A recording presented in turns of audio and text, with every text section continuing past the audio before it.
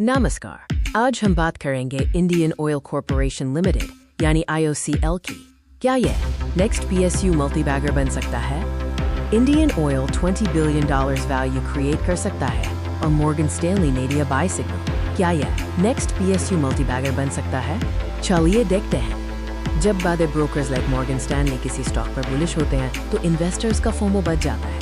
यह सिर्फ स्पेकुलेशन नहीं है, नंबर्स सपोर्ट करते हैं। मॉर्गन स्टैनली इस स्टॉक पर ओवरवेट रेटिंग मेंटेन कर रहा है।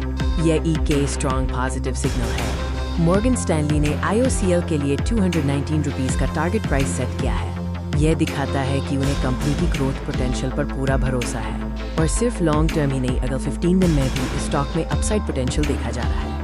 और अभी stock 1.1x price to book पे ट्रेड कर रहा है, जो काफी अट्रैक्टिव वैल्यूएशन है। तो चलिए अब देखते हैं वो कौन से फैक्टर्स हैं जो इंडियन ऑयल की ग्रोथ को ड्राइव कर सकते हैं।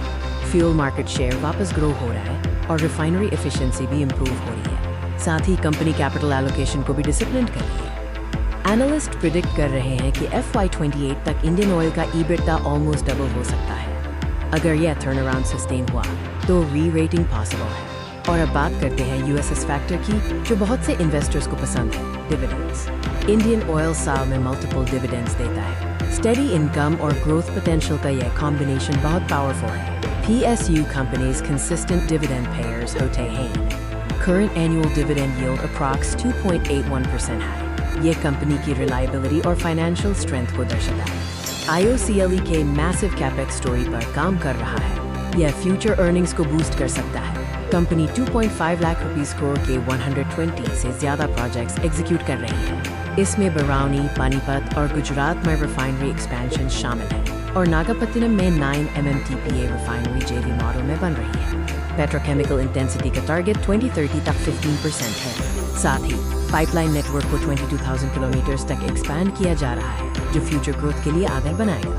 इंडियन ऑयल सिर्फ EK ऑयल कंपनी नहीं, ये EK मेजर ट्रांसफॉर्मेशन स्टोरी है। देखते हैं इनके future business verticals. EV infrastructure और बैटरी स्वैपिंग पर काम हो रहा है, जिसमें पैनासोनिक के साथ JV भी शामिल है। R&D स्पेंडिंग 946 करोड़ रुपीस है, जिसके थ्रू 1636 पेटेंट्स का पोर्टफोलियो बनाया गया है।